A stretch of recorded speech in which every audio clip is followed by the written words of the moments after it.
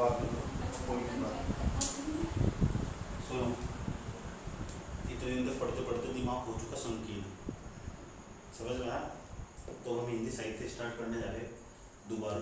एक पेपर तो मैंने तुम्हें पढ़ा दिया था, ठीक। अब ये पहले वाला पेपर है, सारा सिलेबस शुरू से समझा रहा हूँ, सारा सिलेबस, ताकि दिमाग में दोबारा वो रिकैप दिखा दो एक प्रकार का, है ना, कि क्या है। ये हमारे पास पहला वाला पेपर जो तुम्हारे सामने बोर्ड पे लगाया हुआ हिंदी साहित्य का, ये केवल यूपीएससी के एग्जाम के लिए समझ नहीं पाती है, क्योंकि अब तो हमारे यहाँ जो पीसीएस का एग्जाम है उसके अंदर साहित्य होता है, ऑप्शनल पेपर हटा दिया ना।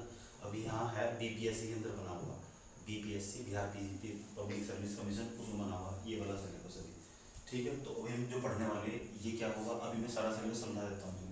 एक पेपर रह रहा था, एक पेपर का कुछ हिस्सा रह रहा और दूसरे पेपर का कुछ हिस्सा रह रहा, यानी मोटे मोटे तौर पर मिला के 1 महीने का काम बचा हुआ, समझ में आ बात है। आज तुम्हें होमवर्क मिलेगा कि कौन से वाला सेक्शन पीछे का पढ़ जाना, ताकि तुम इससे लिंक कर सको, क्योंकि तुलनात्मक अध्ययन ज़्यादा बेहतर माना जाता है, और तुलनात्मक तरीके से अगर लिखना तुम पढ़ जाओ कॉपी के अंदर तो ज़्यादा बेहतर माना जाता है, समझ में आई बात। तो पीछे का अगर रिवीजन करते चलोगे तभी इसका बेनिफिट होगा, तभी तो लिंक करते हुए चलोगे। तो जितना पढ़ा है वो रिवीजन होना जरूरी है, समझ में आया क्या कहा, ठीक। तो तरीका क्या होगा हमारा, तरीका वही होगा, अपने फ़ोन में टैब जो भी तुम्हारे पास है उसके अंदर क्या करना, एक तो सिलेबस का ये वाला पीडीएफ जो बोर्ड पर लगा हुआ, ठीक, डेली विजिट करना, समझ में आई बात। दूसरे नंबर पर टॉपर कॉपी अभी से डाउनलोड कर लेना और डेली रीड करके पढ़ना उसका, समझ बात। कौन सा सेक्शन पढ़ना जो भी क्लास में चल रहा हो, समझ बात है, कौन सा सेक्शन पढ़ना जो भी क्लास में चल रहा हो, टॉपर कॉपी का सारा नहीं पढ़ना, जो सा सेक्शन चल रहा हो वो मैंने तरीका बता रखा तुम पढ़ने का, दोबारा देखने से पूछ सकते हो। पहला काम एक तो रिवीजन करना, क्योंकि अगले दिन यहाँ आओगे तो सुना जाता, ऐसे सुनोगे उसका बेनिफिट ये होगा सारा सिलेबस रिवाइज हो जाएगा।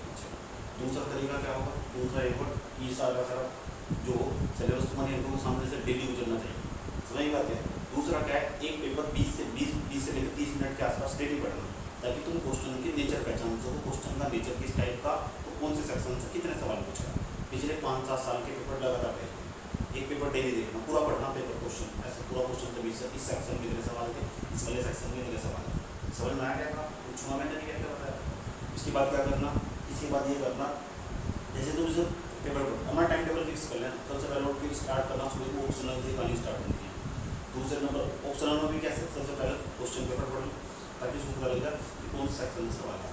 दूसरे नंबर पर जाकर क्या करना, तुम टॉपर कॉपी लिखना कि टॉपर कैसे लिख रहा है, समझ नहीं पाते। टॉपर कॉपी के अंदर ना, जैसे मैं भाषा खंड वाला सेक्शन पढ़ा रहा हूँ, तो भाषा खंड वाले सेक्शन में किसी टॉपर की कॉपी के अंदर बहुत अच्छे इंट्रोडक्शन लिखे गए, समझ में तुम्हें लग रहा है ये तो हर टॉपर लिखता चला जा रहा है, उसको कॉपी कर लेना वहाँ से, समझ में आएगा। उसका स्टाइल लिखने का तरीका, उसकी हेडिंग, सब चीज़ें, ये वो पढ़ने का तरीका। इस सवाल इस खंड से ये वाला सवाल आया था और उस खंड से इस टॉपर ने ये उत्तर लिखा था, तो मेरा भी लिखने का तरीका यही होगा। बात समझ में आई है, अपने अनुसार था उसे वो कॉपी करना। जैसे तुम पढ़ते जाओगे इसकी नॉलेज होती चली जाएगी और उसकी हिसाब तो कॉम्बिनेशन बढ़िया बैठ कर चला जाएगा, समझ में आएगा क्या। उसके अंदर तो तुम्हारा दिमाग खुद कॉपी करता हुआ चला जाएगा, और से लिखने का अलग राज्य से ही बनना, समझ में आया। पिछले ये दिन क्लासें चल रही थी लगातार, उसमें मुझे अपने ज्ञान को रोकना पड़ रहा, समझ में आया बात है। मैं बता भी नहीं सकता था बिल्कुल भी, बस ये बताना तो ये पहला तो ये दूसरा, ये फैक्ट तो मुझे वहाँ मजा भी नहीं आता, क्योंकि मुझे अपने दिमाग को, अपनी नॉलेज को संकीर्ण करना पड़ता है, जानबूझ कर संकीर्ण करना पड़ता। हालांकि मुझे बहुत ज़्यादा पता होता, रोकना पड़ता। फिर बच्चे कहते हैं कि मास्टर बकवास करा जा रहा है, उन्हें कैसे समझाऊँ कि अभी दिमाग इतना सही है, इससे ज़्यादा कभी देखा ही नहीं, कभी झाँक कर, समझ में आया बात ये। मैं क्या कहने कोशिश करी जा रही, तो अब यहाँ व्यापक तरीके से बात होगी, सच में तुम्हें पढ़ना भी पड़ेगा, सब जो पढ़ने को दिया जाएगा डेली पढ़ाना होगा, पीछे का रिवीजन बहुत जरूरी होगा। जैसे हार्डली तो क्लास में जो चल रहा है इसे टाइम देना और रिवीजन पर टाइम देना। बाकी दूसरा एक सब्जेक्ट चला हमारे पास शाम के टाइम शायद हिंदी चल जाएगी, वो 1 डे एग्जाम के लिए 1 घंटे की क्लास होगी, महज 1 घंटे की 10-15 दिन में सभी खत्म करवा दूँगा, समझ आएगी बात। 1 घंटे क्लास में एक वन शॉट डाल के सारे चैप्टर्स खत्म करवा दूँगा, उसका इम्पैक्ट इससे पड़ेगा, समझ नहीं बात है। उसका बेनिफिट जो व्याकरण वाली क्लास होगी उसका इम्पैक्ट इससे पड़ता होगा, समझ नहीं बात है। भाषा शैली और भी सुधरती चली जाएगी, बोलने का स्टाइल भी लिखने का स्टाइल भी, क्योंकि इसका एक अल्टीमेट गोल रखना पेपर में सवाल कैसा ना तो कैसे नहीं, समझ नहीं बात है। कोई भी चीज़ पढ़ रहे हो, कुछ भी हो, चाहे नॉलेज इतने से ज़्यादा इतनी कर लो, अगर तुम्हें उसकी रिलेवेंसी नहीं पता ना, उसकी प्रासंगिकता नहीं पता, तो ये समझ जाओ कि वो अभी कुछ फायदा नहीं है, इरेलीवेंट समझता हूँ, अप्रासंगिक समझता हूँ। अगर तुम सही यूटिलाइजेशन उपयोग नहीं कर सकते इसका।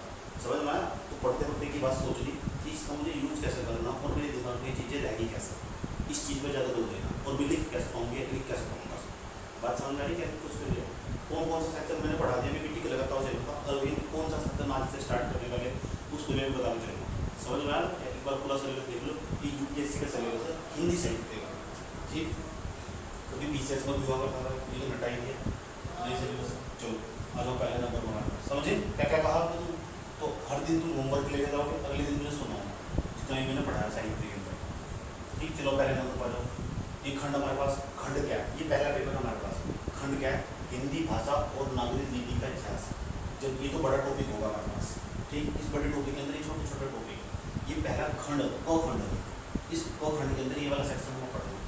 ठीक, अब ये जो ये सेक्शन तो बता रहा हूँ, ये वाला जो खंड बता रहा हूँ सबसे ज़्यादा नंबर गेनिंग पार्ट है हिंदी साहित्य के अंदर। एक तो क्यों? क्योंकि पूरा का पूरा पता किस टाइप का, ये वस्तुनिष्ठ टाइप का। अब वस्तुनिष्ठ टाइप का क्या होगा? इसका मतलब जितने नंबर का होगा उतने ही नंबर मिलेंगे।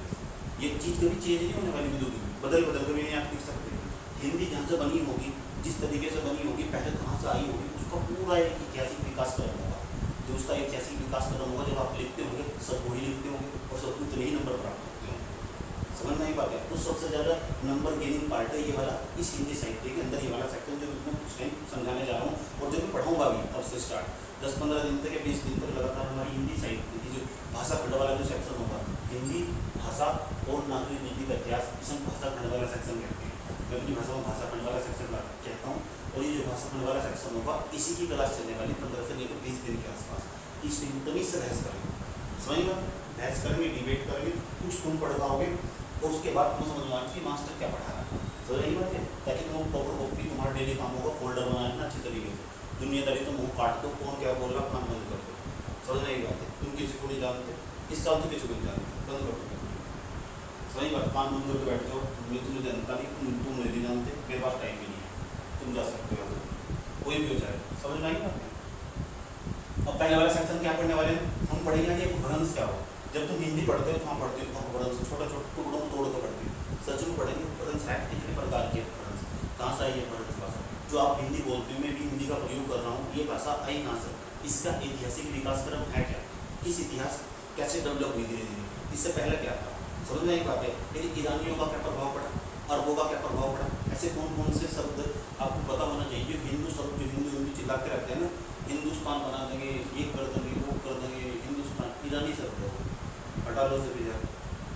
मतलब एकदम मूर्ख का बड़ा बात है। साहित्य एक ऐसा विषय समाज के व्यापक हित की बात करता हो, जो समाज के व्यापक हित की बात करता हो ना, उसी चीज़ को, उसी विधा को साहित्य कहते हैं, उसी रचना का नाम साहित्य है। जिसमें समाज का व्यापक हित छिपा हुआ होगा, उसी रचना को, उसी विधा को हम साहित्य कहते हैं। समझ नहीं बात है? जब मैंने MA करा था ना 2019-20-21 में, तो ये समझ जाओ, मुझे सकता था हिंदी साहित्य वाला क्या सब्जेक्ट है, इंग्लिश है, इंग्लिश लिटरेचर पढ़ा रहा। जब मेरे दोस्त ने मुझे पकड़ा दिया हिंदी साहित्य, तो मैं उसे भूल ही रहा कि इंग्लिश में कुछ है, मजाक नहीं कर रहा।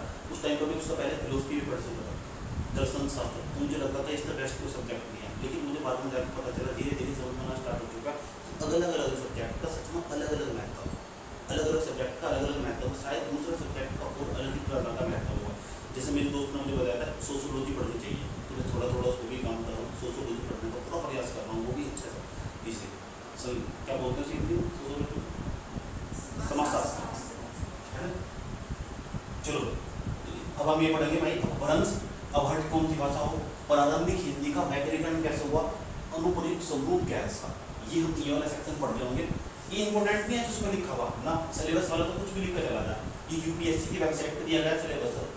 ज़्यादा जरूरी हो या पेपर बस इस सेक्शन से सवाल कैसा आया और उसका टॉपर ने उत्तर कैसे लिखा, वो ज़्यादा मायने रखता है। इसलिए तो टॉपर कॉपी का सजेशन दिया मैंने तुम्हें, मैंने क्यों कहा तुम्हें कि टॉपर कॉपी देखनी होगी, इसीलिए कहा क्योंकि ताकि तुम्हें पता लग सके सवाल कैसा आया और टॉपर ने उत्तर कैसे दिया, समझ क्या है। और मैं इसके अंदर क्या एड ऑन कर सकती हूँ, कर सकता हूँ, बात समझ में ये मेरा तरीका होगा, समझ में आया क्या? उसके बाद हाथों कॉपी कर लेना, छोटी सी डायरी बना लेनी, धीरे धीरे आगे बढ़ना, धीरे धीरे छोटा छोटा तरीके, ताकि तुम्हारे याद भी होता चला जाए। पहली बात तो सब चीज़ें क्लास में याद करवा दें, जो याद करने की जरूरत नहीं पड़ेगी। दूसरे नंबर पर हमें पढ़ेंगे मध्यकाल में वर्जित और अवधि का साहित्यिक और भाषा के रूप में विकास कैसे हुआ। आपको पता होना चाहिए कि मध्यकाल का समय, उसमें ब्रज भाषा कैसे डेवलप हो रही है हमारे पास, यहाँ हिंदी भाषी प्रदेश के अंदर जहाँ हम रहते हैं, हिंदी बेल्ट में जिसमें हम रहते हैं ना, इसमें ब्रज भाषा किसे कहते हैं, बिहार बिहार और जो उत्तर प्रदेश के बीच का जो क्षेत्र है वो जो ब्रजभाषी क्षेत्र है, इसमें ब्रजभाषा कैसे डेवलप हुई, अवधि बिहार के अंदर जो अवधि भाषा भोजपुरी भाषा का नाम सुना तो इस पूरे एरिया में अब भाषा डेवलप कैसे होगी, सही उसका विकास क्या है हमारे पास है, कैसे कैसे मांगे साहित्यिक भाषा के स्वरूप में विकास। और इससे भी इम्पोर्टेंट चीज इस सेक्शन से सवाल कैसा आया और आप लोग आने की क्या अपेक्षा, और कोई सा भी पर अटका जाए फिर उसका उत्तर कैसे लिखते होंगे, ये ज़्यादा महीने रखकर हम क्या करें पढ़ते चले जाएंगे पढ़ते चले जाएंगे पढ़ते चले जाएंगे, आज तक क्यों नहीं पता उसमें सवाल कैसा है, वहाँ सबसे बड़ी गलती करता है। उस सवाल को उत्तर कैसे लिखना उसको बहुत को मेहनत करते हैं। सिंध एक तो हमारे पास होगा सिंध एवं नाथ साहित्य ये पढ़ेंगे, खुसरो संत साहित्य, रहीम आदि कवियों और दखनी हिंदी, इनका सबका योगदान पढ़ेंगे। हिंदी में क्या योगदान है, इन कुछ कवियों के नाम लिखे हुए सिंध हो गए एवं नाथ साहित्य, खुसरो संत साहित्य, रहीम, इन साहित्य कवियों को पढ़ने के बाद दक्षिणी हिंदी में देखिए इनका हिंदी में क्या योगदान है, क्या कॉन्ट्रीब्यूशन, क्या योगदान है, इन्होंने हिंदी के अंदर क्या भूमिका निभाई। खड़ी बोली का प्रारंभिक स्वरूप भी पढ़ेंगे, जो आपको बता जो मैं जिस भाषा का यूज़ करता हूँ स्वयं जिसमें भाषा का यूज़ करता हूँ ये खड़ी बोली। आप भी जो यहाँ गाँव के क्षेत्र में जो मेरठ सहारनपुर ये वाला इलाका पूरा का पूरा सही उत्तर प्रदेश का कुछ इलाका जब हम किसी भाषा का प्रयोग करते हैं सही करते हों, लेकिन होना चाहिए है सही बात है इनकी खड़ी बोली सही बात है, इसमें एक अलग ही डेवलप होगी, हिंदी में से निकली है भाषा की बोली, भाषा का स्वरूप जब बिगड़ता चला तो खड़ी बोली डेवलप हुई। ये भी जानने की बोली क्या हो, बोली का एक सीमित क्षेत्र हो और भाषा का व्यापक क्षेत्र हो, ध्यान रखिए अच्छी तरह। एक और सवाल कैसा आया हुआ और आजकल क्या क्या आजकल वर्तमान समय में आजकल क्या क्या प्रयास हो रहे हैं हिंदी को लेकर, जब केवल हिंदी दिवस मनाने सीमित रहेगा, ऐसे भी सवाल पूछे हुए।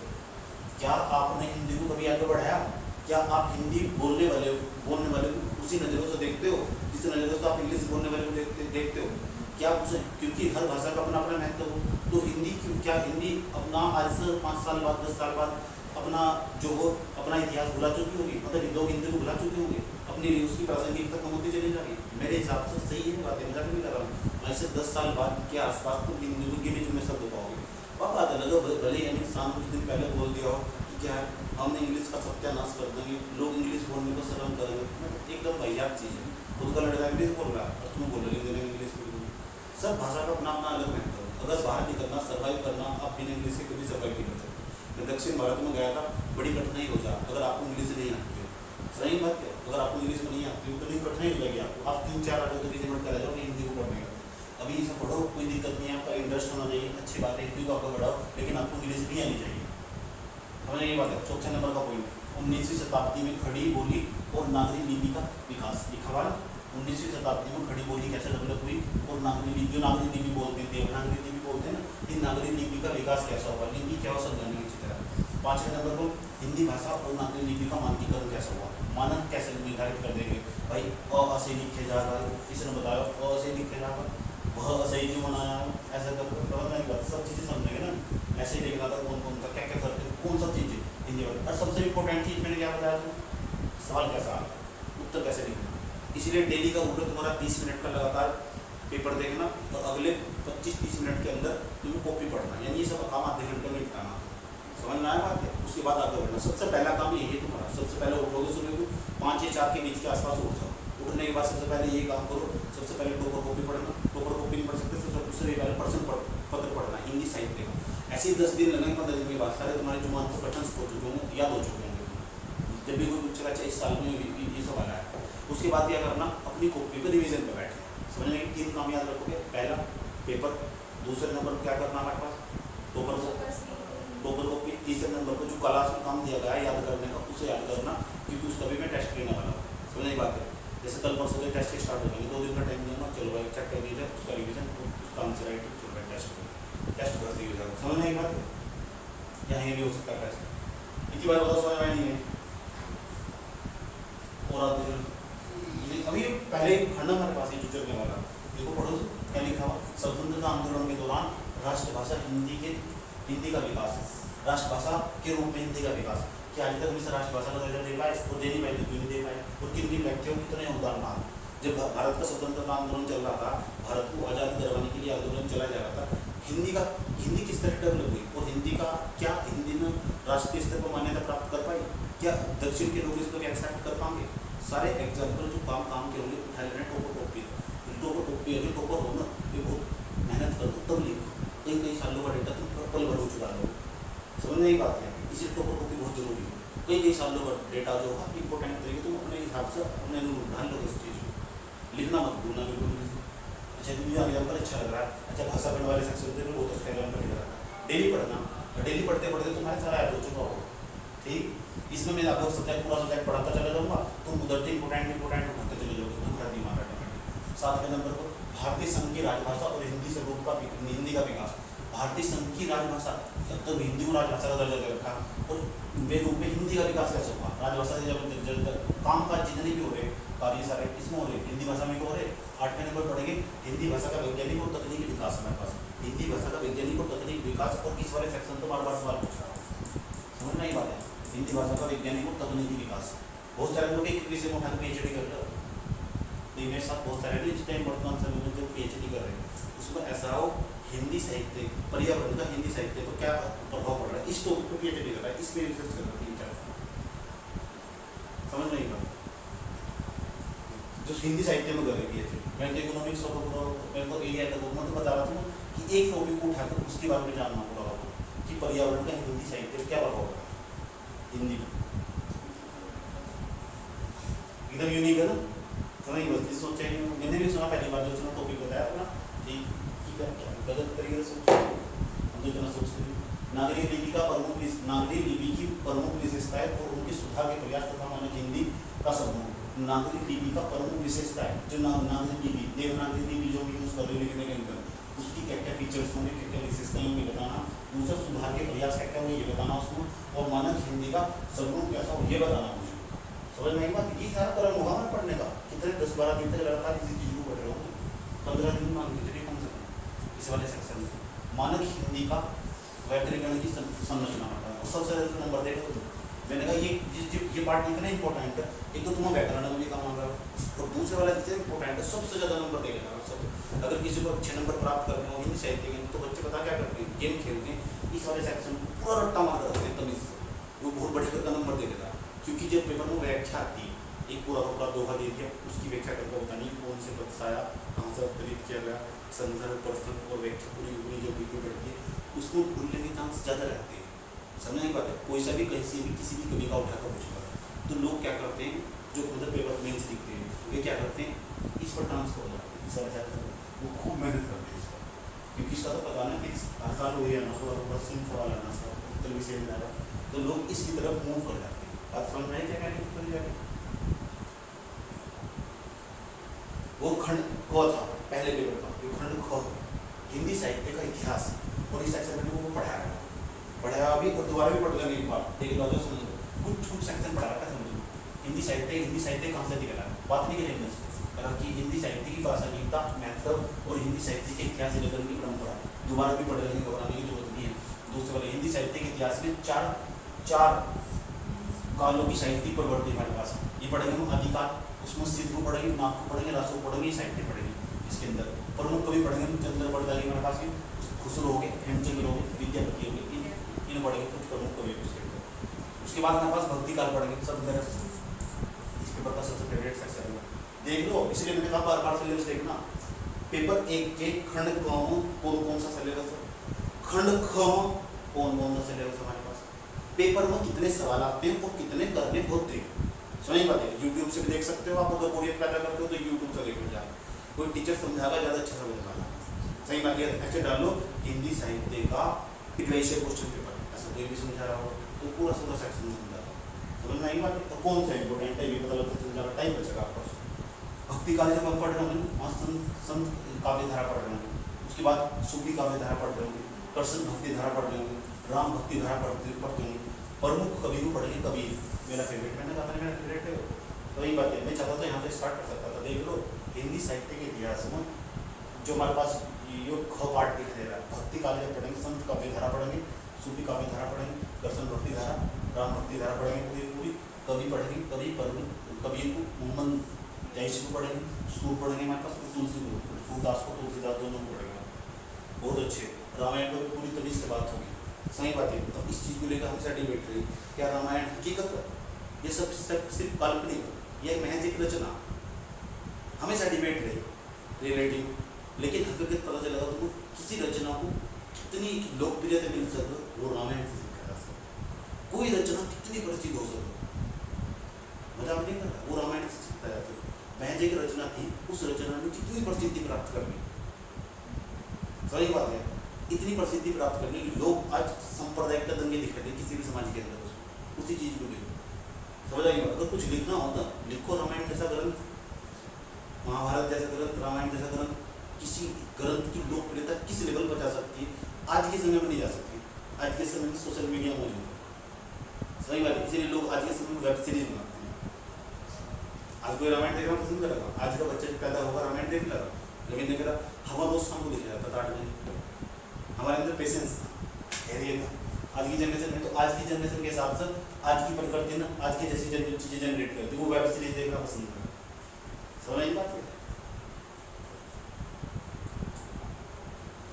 रीतिकाल हमारे पास, रीतिकाल पे रीतिबद्ध काव्य ये पढ़ेंगे, रीतिकाल में पढ़ेंगे तो भक्तिकाल पढ़ेंगे, एक रीतिकाल पढ़ेंगे। बताओ ना जी, पहले पेपर में लगा हुआ भक्तिकाल रीतिकाल, ठीक। रीतिकाल में रीति काव्य, रीतिबद्ध काव्य, रीति मुक्त काव्य सारे पढ़ेंगे। रीति काव्य भी पढ़ेंगे, रीतिबद्ध काव्य कौन सा हो, रीति मुक्त काव्य कौन सा हो।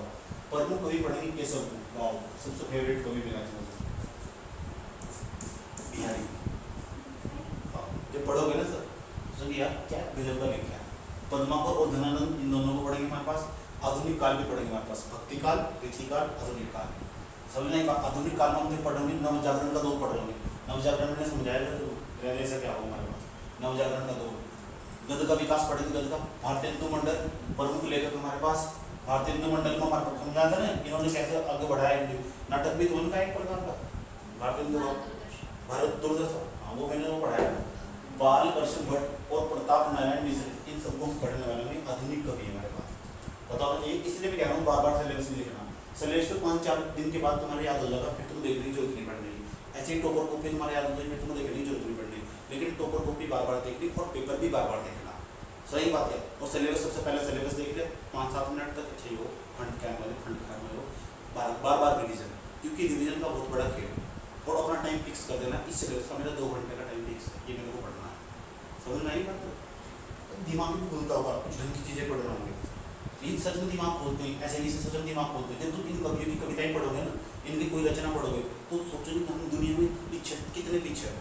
जब तक मैंने इंग्लिश साहित्य पढ़ा था, इंग्लिश वाला लिटरेचर पढ़ा था, तब तक मुझे ये लगता था यार बताओ यूरोपियन लिटरेचर कितना जबरदस्त है यार, अमेरिकन लिटरेचर कितना जबरदस्त है, कितना अच्छा लिख रखे, कितने अच्छे नॉवेल लिख रखे थे। जब मैंने इंग्लिश साहित्य पढ़ा ना, प्रेमचंद को पढ़ा, सारा वहम दूर कर दिया। पता क्या समझा मैंने, जितने पश्चिम के लेखक ना सारे के सारे प्रेमचंद के सामने सारे के सारे टुटपुलिया है, कुछ नहीं है के सामने। यानी किसी रचना को कितना सारगर्भिक बनाया जा सके वो प्रेमचंद से सीखा जा सके, किस लेवल को समझ जाएगा। 1935 में तो मरा था प्रेमचंद, 1935 में मरा था, 36 में फिर वो दूसरा आया था मंजर, फिर वो प्रकाशित नहीं हो पाया था उसका, बाद में जाकर प्रकाशित हुआ मंजर, उसका नॉवेल था, उपन्यास था। वो गोदान पढ़ने के बाद जो अलग प्रकार की फीलिंग होना वो अलग ही हो, समझने की बात।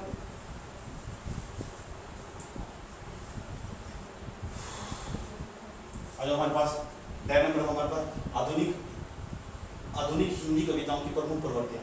आधुनिक हिंदी कविताएं आज के समय में जो हिंदी कविताएं लिखी जा रही, मतलब कोई भी आ रहा है हिंदी कविताएं लिखते चला जा रहा, क्या हो उसके मानक? क्या आज के समय में जो कविता लिखी जाती है वो कविता है? ये कविताओं के मानकीकरण को खरा उतरती है जो आज के समय में हम कविताएं लिख देते हैं? क्या कुछ भी समोसे में रहेगा आलू जब तक तू रहेगी मेरे साथ, इस कविता को रही है जो भी किसी का मन ना है। तुम लोग मुझे भी देखा हुआ लिखता हो, सही बात है। मैं बहुत सारी कविताएं लिख देता हूँ, कुछ भी उठा कर जाएगा, सही बात है। लेकिन क्या वो कविताओं के मानकीकरण खरा उतरता? तो कैसे तुम मेरी कविताओं, मेरे द्वारा लिखी गई मेरी कविताओं को तुम कैसे गलत साबित करोगे? इंग्लिश साहित्य पढ़ने के बाद तो तुम तुरंत बताओगे आपने गलत लिखा, सही बात। सर तुरंत देखो बता लो, और जितनी भी कविताएं तुमने लिखी होगी तुम्हारे दिमाग में चल रही होगी, और जितनी भी मेरी कविताएं लिखी होगी आधुनिक समय में जो आज की कविताएं, वही बात है। और उनका अगर तुम मानकीकरण पता होगा तो तुम मेरी कविता को खड़ा करा करते, लेकिन कविता के मानक को खड़ा नहीं करते। लेकिन लोग फिर भी, क्योंकि लोगों को आज के समय में चाहिए लिखते, और लोगों को आज के समय में रस चाहिए, वही बात है। रस आनंद एक प्रकार का, हर समाज को हर समय पर अलग अलग समय किसी न किसी रूप में एंटरटेनमेंट चाहिए। सभी जितने सारे सिनेमैक्स मल्टी कॉम्प्लेक्स खुले हुए आसपास किसी भी समाज में किसी एरिया में एक सिनेमा घर मिल ही जाएगा, सही बात। जिसका पेट भर जाता है उसे एक समय के लिए फिर एंटरटेनमेंट चाहिए, समझ बात है। अच्छा गरीब आदमी की क्या समस्या हो? गरीब आदमी की क्या समस्या हो? गरीब की समस्या हो, भूख, प्राथमिकता उसकी हो, जिसके अंदर भावनाएं जगती होगी। अब मैं तुमसे एक सवाल पूछता हूँ, जिस व्यक्ति के अंदर भावनाएं जगती होगी वो अमीरों के अंदर ज़्यादा होगी, गरीबों के अंदर ज़्यादा होगी? ध्यान से उत्तर ढंग से दे लो, मैं नहीं कर रहा, ये सब चीज़ें मैं पूछ रहा हूँ। भावनाओं जितनी भी भावनाएं होंगी अंदर, वो अमीरों के अंदर ज़्यादा होगी, गरीबों के अंदर ज़्यादा होगी? हमें भावनाओं थोड़ा फोकस करना पड़ेगा। अभी तो सुनो, हाँ हाँ, प्रेम भावना जो होगी वो अमीरों के अंदर ज़्यादा होगी, गरीबों के अंदर ज़्यादा होगी?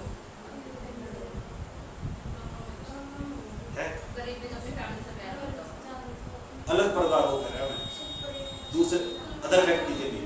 प्रेम भावनाएं अदर व्यक्ति के अंदर ज़्यादा होगी, मतलब गरीब व्यक्ति के अंदर ज़्यादा होगी, अमीर व्यक्ति के अंदर ज़्यादा होगी? तो बता, अमीरों में ज़्यादा होगी। इसका कहना कि अमीरों में ज़्यादा होगी भावनाओं की बलवती। तो बता,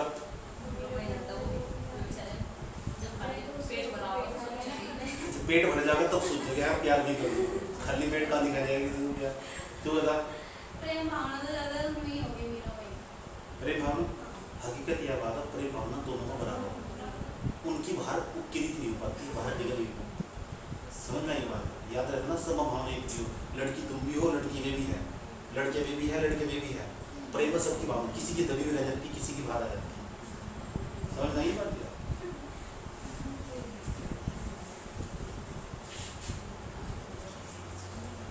प्रमुख कवि हमारे पास मैथिली शरण गुप्त को पढ़ के वहाँ हो गया, क्या कवि जयशंकर प्रसाद, आधुनिक कवियों में गिने जाते हैं। जयशंकर प्रसाद की और प्रेमचंद की बार बार लड़ाई चलती है, उसने लिखा है, इसने लिखा है, ये शहरी कवि है, ये शहरी लेखक जयशंकर प्रसाद, और वे कौन, गांव की समस्या को उठते हैं, और भारत गाँव में बसता, इसीलिए लोग प्रेमचंद को ज़्यादा तवज्जो देते हैं। समझ में आई बात क्या कहने की कोशिश कर रहा हूँ? जयशंकर प्रसाद को पढ़ोगे, सूर्यकांत त्रिपाठी निराला को पढ़ोगे, निराला जी ने बताया ना, सरोज इसकी बेटी का नाम था, कविता लिखी थी, तलवार की धार में चल रहे थे। सही बात है, अपनी बेटी के सौंदर्य का वर्णन करते हुए जब इन्होंने कविता लिखी थी, तो जो क्या नाम था, सूर्यकांत त्रिपाठी निराला जी तलवार की धार पर चल रहे थे।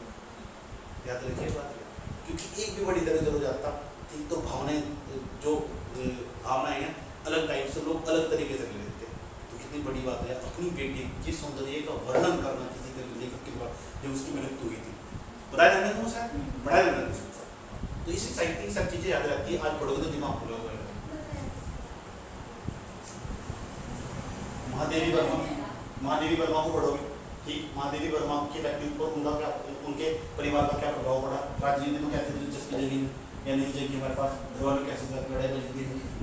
रामधारी सिंह पढ़ोगे, दिनकर को पढ़ोगे तुम, रामधारी दिनकर की कविता पढ़ा दूँ, रामधारी दिनकर की इतनी अच्छी कविता लिख रखी ना। सच्चिदानंद हीरानंद बादशाह अगे कितना बड़ा नाम है। गजानन मानव मुक्ति बोध, नागार्जुन, पता नागार्जुन की गाती कविता,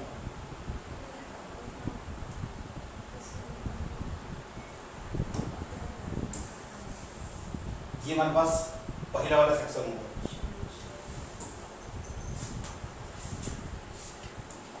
कथा साहित्य पढ़ोगे, कथा साहित्य पढ़ोगे क्या, मैंने पढ़ाई किया,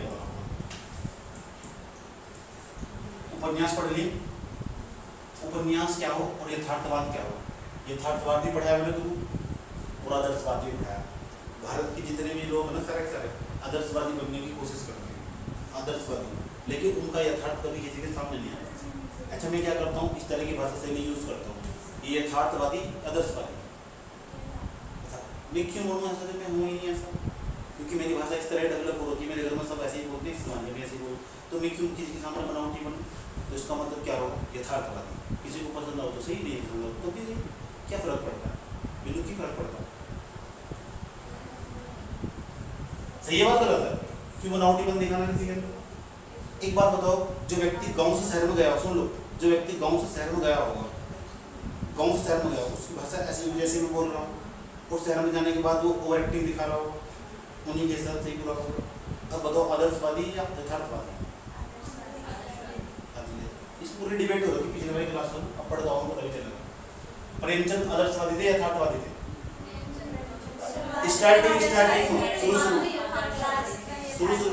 शुरू में जब कविताएं और उपन्यास लिख रहे हैं, स्टार्टिंग 1918 के 16 के आसपास, तो ये समझ जाओ आदर्शवादी टाइप की कवि दिखाई देंगे।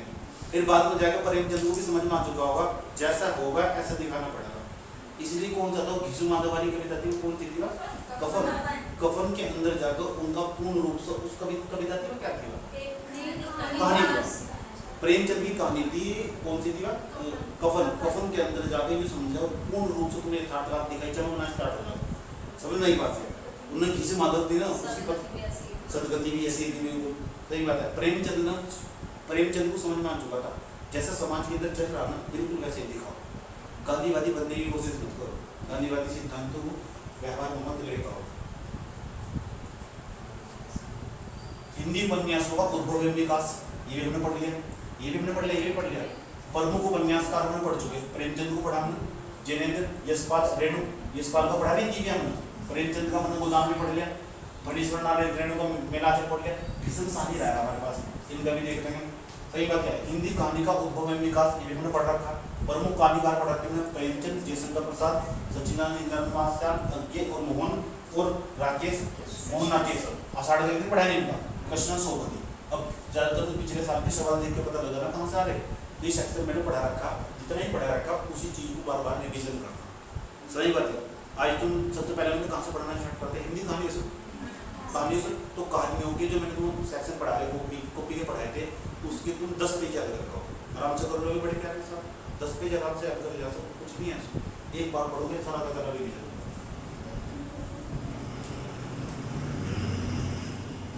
और पीवाई की देखते हुए पिछले सालों पीवाई से नाटक भी हमने पढ़ लिए। सही बात है, ये बात सही है। लड़कियां ज्यादा नाटक करती है लड़कों की अपेक्षा नहीं ज्यादा करती। भावना अलग टाइप क्यों, नाटक अलग है। सही। जैसे मेरी एक दोस्त थी, मैंने पूछा तुमने दोस्त को किस तरह मनानी? सही बात है, कैसे मनानी? तो तेरे तो नाराज होगी, ठीक है। मैं मुझे लेकर मेरे उसके साथ कंट्राडिक्शन था, विरोधाभास होगा तो वो नाराज होगी। मैंने कैसे मनाई? तो उन्होंने कहा दिखा दूंगी और सच में 2 बार उसने रोक दिया, वो मान भी गई। अगले साल उसके साथ घूमने जा रही तो यार अजीब नाटक। अब बताओ यही बात लड़के के बताएंगे? चलो ये मालूम है। हिंदी का नाटक, हिंदी नाटक का उद्भव एवं विकास ये मैंने पढ़ लिया। प्रमुख नाटककार भारतेंदु पढ़ा हमने, जयशंकर प्रसाद, जगदीश चंद्र माथुर, राम कुमार वर्मा और हमारे पास मोहन नागकेश। आषाढ़ का एक दिन दोनों मल्लिका वाला इसमें देखा हो, आषाढ़ का एक दिन इसमें डालो, आषाढ़ का एक दिन। उसके बाद कालिदास वाला हिंदी रंगमंच का विकास, हिंदी रंगमंच का विकास। और इन सबसे इम्पोर्टेंट एक सेक्शन में पढ़ा चुका, इसके तुम सवाल देख लें। सवाल पेपर सामने रखना, पूरा डेली पढ़ना। सिलेबस क्या बताया मैंने? सिलेबस पहले पेपर और टॉपिक्स कॉपी और पीवाईक्यू और फिर रिवीजन। याद रहेगी बात। ये वाला सेक्शन है आलोचना वाला, ये भी हम पढ़ेंगे। आलोचना क्या हो, ठीक क्या हो, क्रिटिसिज्म क्या हो। सही बात है। क्रिटिसाइज करना क्या हो। हिंदी आलोचना का उद्भव कब से हुआ और विकास क्या है इसका, सैद्धांतिक और व्यावहारिक और प्रगतिवादी। मनोविश्लेषणवादी ये भी पढ़ा समझा रखे हैं। प्रगतिवादी क्या हो, मनोविश्लेषणवादी क्या हो। अब जब शिक्षा का रिविजन करते चलोगे ना तो भी जोड़ते हुए चलोगे। सही बात है। लेकिन मैं आलोचना वाला सेक्शन पूरा पढ़ने वाला, ये भी बहुत नंबर के पार्ट है। समझ में नहीं बात है। देखो जी सिलेबस में पढ़ कहानी कहाँ क्या रहा था। प्रमुख आलोचक हमारे पास रामचंद्र को पढ़ेंगे हमारे पास, इन्हें किसी को पकड़ कर पीटते हैं। सही बात है। मतलब जितने भी हिंदी साहित्य लिखने को लगे हुए ना, अगर रामचंद्र को कोई विधा नजर आ गई तो गया, वो नहीं बचता बिल्कुल। सही बात है। मतलब कविता वाला कविताओं में मारा था ना, बिल्कुल तंज कसने का, जब भी व्यंग्य करने का किसी को काम होगा, कविता वाला कविताओं में जवाब देता हो। जारी प्रसाद द्विवेदी, उसके बाद रामविलास शर्मा, नागेंद्र हमारे पास। हिंदी गद्य की अन्य विधाएं हमारे पास। निबंध पढ़ेंगे हमारे पास, ललित निबंध, रेखाचित्र, स्मरण, यात्रा वृत्तांत हमारे पास। हिंदी की अन्य विधाएं भी पढ़ेंगे हमारे पास। प्रश्न पत्र पहला था वो जो तुमको पढ़ाया मैंने, जो तुम्हारे पास पीडीएफ आज पहुंच जाने वाली। दूसरे नंबर का प्रश्न पत्र देख लो क्या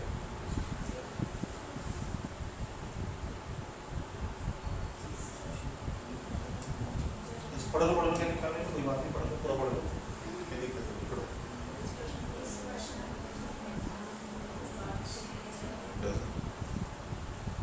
अब आगे बढ़ते हैं, फर्दर मतलब 2 स्टार्ट होगा हमारे पास। ये वाला सेक्शन जो पढ़ना मैंने जो बताया तुम्हारे खंड को स्टार्ट होगा हमारे पास, पेपर सेकंड है हमारे पास कबीर, ऐसी वाणी बोलिए उनका आपा कहे और उनको सिद्ध करे आप मुझसे करो। सब तो सस्ता दो है यही हो, सही बात है। मतलब तीसरे सुना है ताकि सबको यही तो याद हो। कहाँ गए वो बलवान दीपक धरती तोड़ियाँ जिनकी नहीं बनती साथ ठाट कोई सामने मोड़ लड़ी, ये आदमी गया वो अकेला 2 दिन की ये वाले रहने क्यों याद कितनी आसान थी। गाना बोलने ये वाली गाना हो गया था क्योंकि उसमें रस था, जिसमें रस होगा वो ऑटोमेटिक याद होगा। समझ बात है, रस ये भी सही पार्ट है। सूरदास को पढ़ोगे तो पता लगेगा। अच्छा, इसके आरंभिक 100 पद पढ़ने कबीर ग्रामंथ वाली नाम से किताब लिखी हुई है पूरी, श्याम सुंदर दास ने लिख रखी। इसके 100 पद पढ़ने की, केवल 100 पद, उनसे ही बार-बार सवाल आता है। सही बात है। तो 10-10, 20-20 का जोड़ा बना के डेली पढ़ोगे तो याद हो जाए सबके लिए, बहुत अच्छी चीज़ है। कबीर, जब तक मैंने कबीर को नहीं पढ़ा था ना तो मुझे मैं थोड़ा ग्रेडी टाइप का था, लालची टाइप का थोड़ा। सही बात है। और कबीर को पढ़ते सारा भरम उतर जाए, सब में पैसे लगे कोई महत्व नहीं है, प्यार से यार दुनिया में कुछ नहीं है। भक्ति क्या हो सकता वो कबीरता से कहता है। भक्ति ये भी तो भक्ति काल के अंदर ही आ गया ना। इन कवि को जब पढ़ते हैं तो जीवन का असली एसेंस समझ आता, सार समझ आता क्या हो सच में।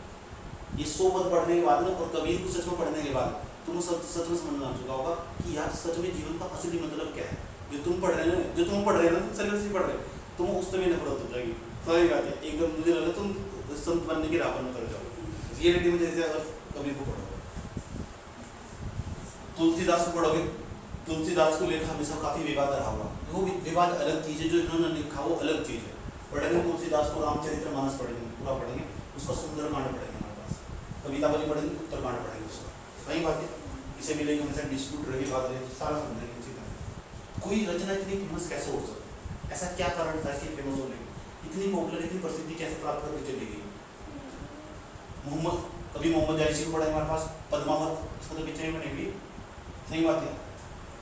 सेहलदीप खंड और नामपति वियोग खंड श्याम सुंदर दास। सही बात है। मोहम्मद बिहारी को पढ़ेगा मोहम्मद जायसी में बिहारी को पढ़ेंगे हमारे, बिहारी रत्ना का आरंभिक 100 दोहे पढ़ेंगे इसके, कबीर के और किसके, बिहारी के। जगन्नाथ दास रत्नाकर ने लिखा पूरे पढ़ेंगे सभी। मैथिली शरण गुप्त, भारत भारती, ये पढ़ेंगे मैथिली शरण गुप्त, भारत भारती, मैथिली शरण गुप्त।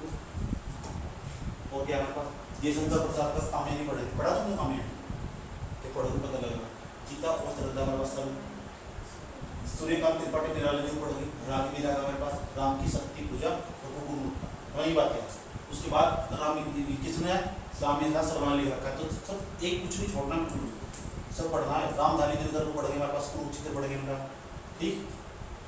उसके बाद अज्ञे पढ़ेंगे, इन विधान के लेखकों के अज्ञे को पढ़ेंगे हमारे पास। इसका पूरा नाम गीता नाटक अज्ञे, धीरानंद वात्सल, ऐसा करते ना आंगन के द्वार, आंगन के पाठ द्वार। मुक्ति बोध को पढ़ेंगे, मुक्ति बोध को हमारे पास धन राक्षस पढ़ेंगे हमारे पास। नागार्जुन का बादल घिरते हुए देखा है, बादल को घिरते देखा है। अकाल और उसके बाद हरिजन गाथा, हरिजन गाथा तो बहुत फेमस रहेगी, 12th क्लास में भी देखी है, समझने की बात है। तो इन कवियों को पढ़ना, जब जाकर हमारा पद वाला सेक्शन कंप्लीट होगा। सही बात है। अभी तुम्हें मौका मिला ना, ये क्यों पढ़ा बताओ। कभी कामयानी की कोई लाइन लिखो तो तुम्हारा फोल्डर सब इन चीज़ों से बचाना नहीं। मान लो तुम कुछ भी पढ़ने का मन हो तुम्हारा बहुत बोरिंग टाइम मन कर रहा, कभी इनको पढ़ने बैठ जाओ, सिलेबस का पार्ट। रस भी पैदा करोगे तुम्हारे पास, इनको पढ़ोगे कुछ भी दो, कभी ग्रामंथी भी पढ़ के कुछ दोहे पढ़ने बैठ जाओ ऑटोमेटिक। समझ नहीं बात है। जब भी तुम्हारा मन खराब हो जाए, इनकी कोई कविताएं पढ़ने बैठ जाओ, सूरदास को पढ़ने बैठ जाओ, या तो सिलेबस का पार्ट समझना की बात नहीं। मतलब जब मन खराब हो कि ताकि तुम इंटरेस्ट पैदा कर सको, क्योंकि यहाँ तो बहुत सारी शायरी, कविताएं, बहुत अच्छी अच्छी कविताएं पढ़ोगे और तुम्हारी जिंदगी में जो भी चल रहा हो तुरंत रिलेट कर लोगे। समझ में आएगी बात है। जब भी तुम बोरियत पैदा करो, मोहम्मद जायसी को पढ़ लो, उठा के जाकर कि चलो मोहम्मद जायसी के बारे में जानते हैं, इसका कौन था, कहाँ से क्या क्या लिखा, यूपीएससी के थ्रू से उठाया, वैसे इतना इंटरेस्ट करें।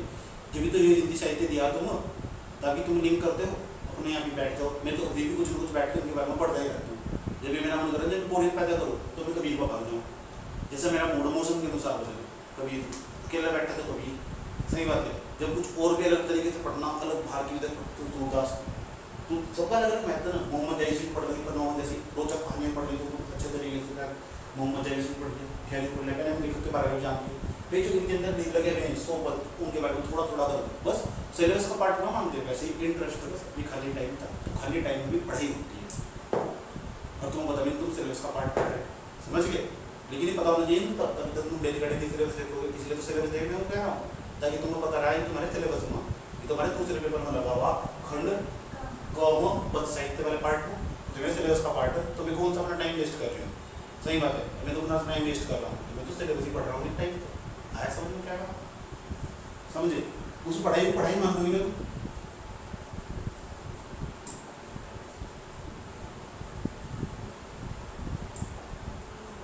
खंड ख होगा गद्य साहित्य क्या हमने पढ़ा नहीं पढ़ लिया हमने भारतीय हिंदू भारत दूध जैसा अब डिवीजन हो जाएगा सारा का सारा फिर जैसे डिवीजन होता है तुम्हारा तो तुम आगे बढ़ते जाओगे तो तुलना फिर करते जाओगे आगे बढ़ते जाओगे तुलना करते अच्छा वहाँ तो ये था अच्छा यहाँ ये वही बात जिस सोर्स से पढ़ा जिस कॉपी से पढ़ा और जो नोट्स थे तुम्हारे पास उन दोनों को कंपेयर करते हुए पढ़ना सफलता कभी भी एक दिन में 2 दिन में नहीं प्राप्त होती। इतने बड़े पेपर को डील करोगे भारत के सबसे बड़े पेपर को पढ़ने जा रहे हो तो ये पता क्या चेक करो पेशेंस किस व्यक्ति के अंदर धैर्य है जो जिसके अंदर धैर्य है वो कामयाब।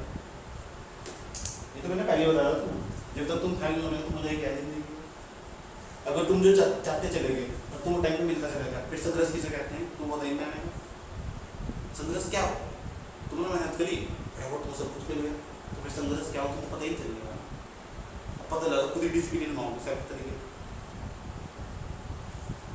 समझ नहीं बात आषाढ़ रामचंद्र शुक्र हमारे पास चिंता में रह रहा ना हमारे पास वाला बात रहना निबंध ले रहा हमारे पास ही ठीक है पढ़ेंगे निबंध लेने वाला फटाफट इसमें ये संपादक हमारे डॉक्टर सत्येंद्र ये हमारे पास बालकृष्ण भट्ट प्रेमचंद तुमने पढ़ रखा है गुलाम का राय हजारी प्रसाद द्विवेदी रामविलास शर्मा और गेम कुबेर नाथ ये वाला सेक्शन में हमारे पास रहा है ये वाला सेक्शन रहा है 30 सेक्शन ये वाला पार्ट रहा है ये सर नो 5वें नंबर पढ़ो गोदान पढ़ रखा है उपन्यास वाला सेक्शन पूरा हुआ प्रेमचंद की सर्वश्रेष्ठ कहानियां ये भी मैंने पढ़ रखी प्रेमचंद की सर्वश्रेष्ठ कहानियां अमृत नायक ने जो लिखी जयशंकर प्रसाद का संगूफ भी पढ़ लिया यशपाल का दीगे भी पढ़ लिया मजा आया नहीं कितना कुछ सीख गया तो जो बचा हुआ आदर उसको तुम वो सीखोगे तुम सोचा नहीं हो यूपीएससी में जब अपने सिलेबस में लगाए ना सोच समझ कर लगाए दीगे पढ़ के तुम जिंदगी में अलग ही मजा जिया हो आज भी मैं तुम्हें पढ़ने को दूंगा सही बात है आज ही पढ़ने को दूंगा अलग से जो तुमने पढ़ रखा है उससे अलग से होगा सिलेबस का लेकिन तुम इंटरेस्ट भरे तरीके से पढ़ना तो फिर मुझे कला को बताना सही बात है कितना मजा आया एक दूसरे के साथ डिबेट करने तो इंटरेस्ट एक प्रकार का साहित्य जैसे सब्जेक्ट ले जा प्रेमचंद हमारे पास गोदाम प्रेमचंद की सर्वश्रेष्ठ कहानियां पढ़ेंगे पढ़ा भी रखी मैंने तुम जयशंकर प्रसाद को मैंने पढ़ाया तुम जयशंकर प्रसाद जी का कौन सा स्कंदगुप्त तुम्हारे पास यशपाल का दिव्य पढ़ाया मैंने तुम फर्नीचर महाराज को मैंने से पढ़ाया तुम आंचलिक शब्द सीखे हैं लोग अपनी जिस भाषा को बोलते हैं उससे नफरत करते हैं सही बात है मेरा आंचलिक पढ़ने के बाद मुझे इसी भाषा से प्यार होगा इतना गाँव का जो लेखक हो ट्रेडिशनल नाम है हमारे पास उसने जब मैंने आंचल लिखा उसने वहाँ के आंचलिक शब्दों का प्रयोग करा तो आंचलिक उपन्यास की मैं घर जब पढ़ी वहीं से समझ नहीं बात है कल को मेरे जैसा कोई टीचर होगा ओवर एक्टिंग तो नहीं कर रहा होगा जो होगा वही बता रहा होगा समझ बात जैसा होगा वैसे लिखो अल्टीमेट गोल क्या है समझाना और लिखना वो हो रहा है जहाँ मुझे भाषा बदलने का नंबर आने वाला है वहाँ बदल लूंगा और क्या दिक्कत होगी तुम्हें क्यों और एक्टिंग में रखूँ जो मुझे फर्नीचर बात करने मैंने खुद सीखा अपने जीवन में क्यों एक्टिंग तो बिल्कुल नहीं करनी जैसे है वैसे बताओ किसी को पसंद हो तो सही है नहीं पसंद हो तब भी सही है।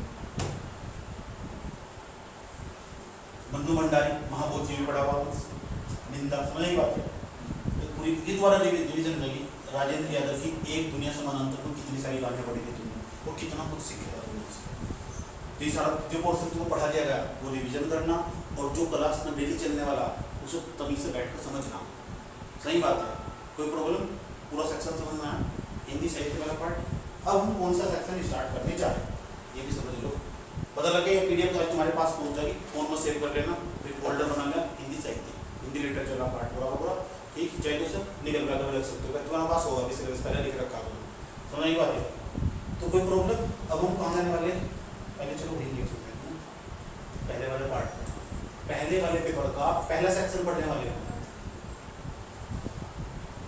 सबसे ज्यादा नंबर देके जाओगे तुमने।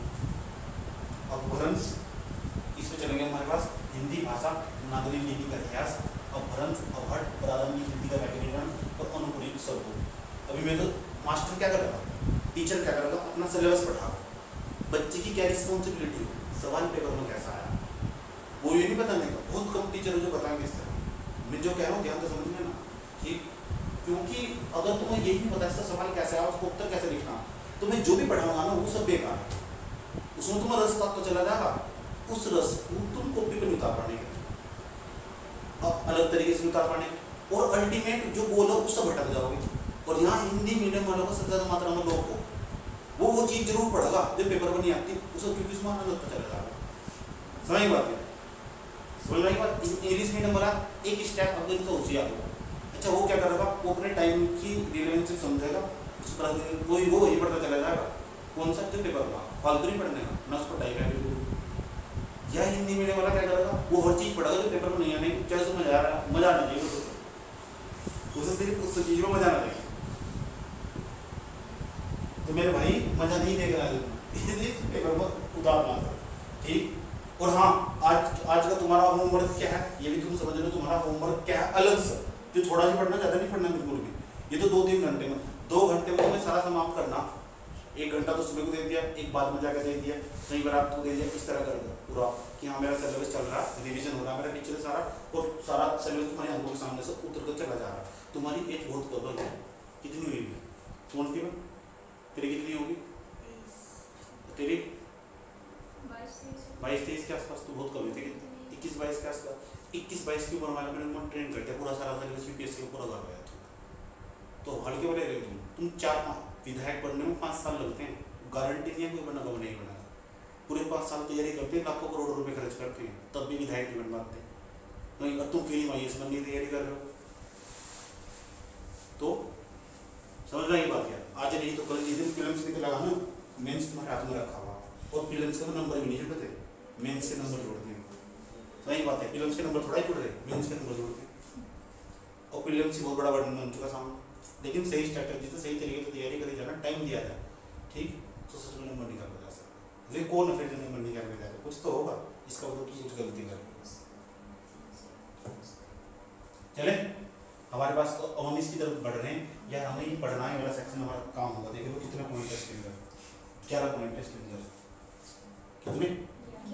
अब तुम्हारा एक ही काम होगा, इन 11 पॉइंट इस भाषा खंड तक जितने भी सवाल आए आज तक वे सारे निकाल कर स्क्रीन शॉट लेकर, वही बात, सारे क्वेश्चन निकाल कर स्क्रीन शॉट लेकर कॉपी में अलग से लिख लेंगे। 2020 का 24 का मेंस का पेपर हुआ था हिंदी साहित्य का, उठाना भाषा खंड वाला सेक्शन कौन सा, इसमें से कितने सवाल आए थे पता लग गया। क्या करना, पहले 30 सेक्शन तक कॉपी के साथ शुरू में लिख लेने, इस चैप्टर को स्टार्ट करने से पहले। समझ में आई बात है, जब भी कुछ करोगे पहले नजर निगाहें में पड़ी जाएगी, क्योंकि मेन मकसद क्या है, मेन मकसद तो उस सवाल को उत्तर लिखना। और जब तो उसका उत्तर नहीं लिख पाते तो मैं इस चैप्टर को जो खत्म ही नहीं करने दी, या खुद भी खत्म ना करिए, इसको उत्तर बताओ कैसे लिखोगे, ये भी तो फायदा है इसका लिखने। फिर 2023 वाले पेपर में जाना, देखा भाषा खंड वाला कौन सा सेक्शन पहले लिख रहे हैं अपने स्टार्ट करने से पहले, समझ में आई बात है। फिर तू तीसरे नंबर पर गए, तुम पिछले वाले साल का पेपर, उससे पिछले साल का सारे सालों के पेपर देखते चले गए, मीन्स के 2011-12 तक देख लिया, 11-12 तक खंड वाला। तो तुम्हारा आज का काम है इसके जितने भी क्वेश्चन सारे अपने ब्लैक पेन से क्वेश्चन सारे के सारे लिख कर लेके आए सर, इस वाले सेक्शन के से भाषा खंड वाले सेक्शन, इसके लिए भी नहीं अलग सारे एक साथ मिलेंगे। भाषा खंड वाले का पहचान लिया, देखते अच्छा भाषा खंड वाला बोली वाला है ये सेक्शन, जब लेकर आगे तो लिख कर लेकर आगे ना, तो नॉलेज होगी तो खुद पता लगेगा। अब क्या होगा, मुश्किल से मिला कैसे बैठेंगे, 2-2 क्वेश्चन आए होंगे, 2-2 क्वेश्चन तो वही 10 साल का निकाल लो तो 20 क्वेश्चन मिलने जाता है, तो 20 क्वेश्चन के आसपास उनका अगर तुमने उत्तर लिख दिया, तुम जिंदगी में कभी भी बैठोगे पेपर देने, कभी भी इस वाले सेक्शन तो कभी भी तुम्हारे सवाल गलत नहीं होंगे।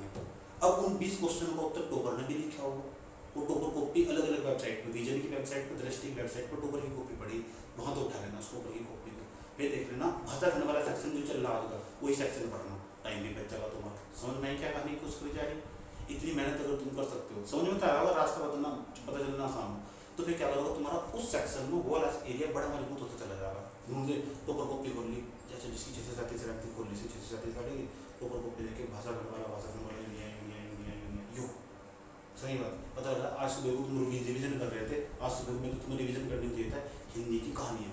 तो हिंदी की कहानी और तुम टोपर कॉपी देख रहे थे और तुम उधर हिंदी की कहानी तो तुम्हारा रखा टोपर कॉपी वहाँ भी पढ़ लेनी, तो हिंदी कहानी वाला भी पढ़ लेना। दुनिया की भाषा खंड बस पत्थर की लकीर खींच देनी, टोपर कॉपी का भाषा खंड वाला मतलब हिंदी कहानी वाला भी पढ़ लेना। उसमें लिखा है किस तरह, इस तरह तो तुम भी लिख सकते हो, तुम तो उससे अच्छा लिख सकते हो, अपनी कॉपी को पढ़ो। समझ में आया बात क्या कहने की कोशिश जा रही है? ठीक, आगे बढ़ते जाओगे, मुश्किल से मुश्किल ऐसे लगेगा 1.5-2 महीने, 2 महीने के आसपास तुम्हारा सारा तरीके से हाथ मार आएगा। ठीक है, फिर से बिल्कुल भी छोड़ना नहीं, 1 घंटा डेली लगातार इसे पढ़ना ही पढ़ना है। तरह से जब हाथ मारेगा 1 घंटा 1.5 घंटा डेली पढ़ना ही पढ़ना। आंसर राइटिंग तो बिल्कुल भी पीछे नहीं हटना, बिल्कुल भी। तो आज का काम होगा तुम्हारा 10 पेज रिविजन करना। कितने पेज? 10 पेज। कोई प्रॉब्लम यहाँ तक? अब हम कौन से वाले सेक्शन को स्टार्ट करने जा रहे हैं? खंड पहला पेपर, कॉपी खोल लो और लिखना शुरू करो। समझना ही बात?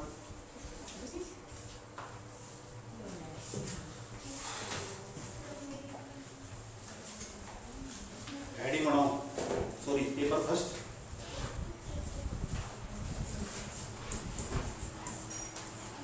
पेपर फर्स्ट है हमारे पास, उसका खंड कौन सा हमारे पास? को खंड का उसका पेपर फर्स्ट खंड को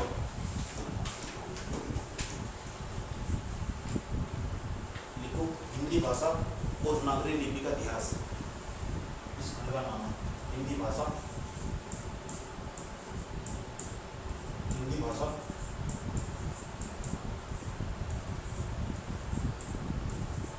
और नागरी लिपि का विकास।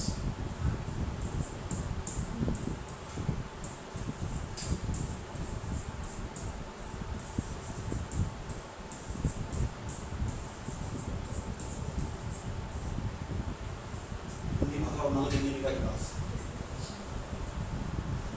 इसमें भी पहला पॉइंट है जो मैंने तुम्हें बताया था, चाहे देख लो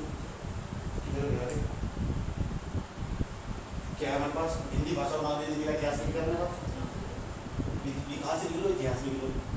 ये पहला पॉइंट लिखो, अपभ्रंश अभट और प्रारंभिक हिंदी का व्याकरणीकरण तथा अनुक्रिया स्वरूप लिखो। सब पहला पॉइंट इस सेक्शन को हम डिबेट करने जा रहे हैं। पहला बड़ा पॉइंट लिखो, लिख लिया। अब हम समझेंगे अभट, अपभ्रंश अभट और प्रारंभिक हिंदी का व्याकरणीकरण और अनुक्रिया स्वरूप। इससे पहले पढ़ने के लिए मुझे यार भाषा के बारे में जानना होगा कि भाषा क्या हो। ठीक, क्योंकि यही बात तुमसे पूछे भी जाने वाली किसमें प्रैक्टिकल कह रहा हूँ, प्रैक्टिकल की आधार है उसमें जो तुम्हारा वाइवा होगा, इंटरव्यू होगा। कितने नंबर का होगा इंटरव्यू? 250 का, 75 का होगा। तो पहले नंबर में समझेंगे यार भाषा क्या हो, इसके हिसाब से समझेंगे कि भाषा किस चीज़ को भाषा कहते हैं। उसके बाद देखेंगे भाषा के कितने रूप, अभी मुझे समझना।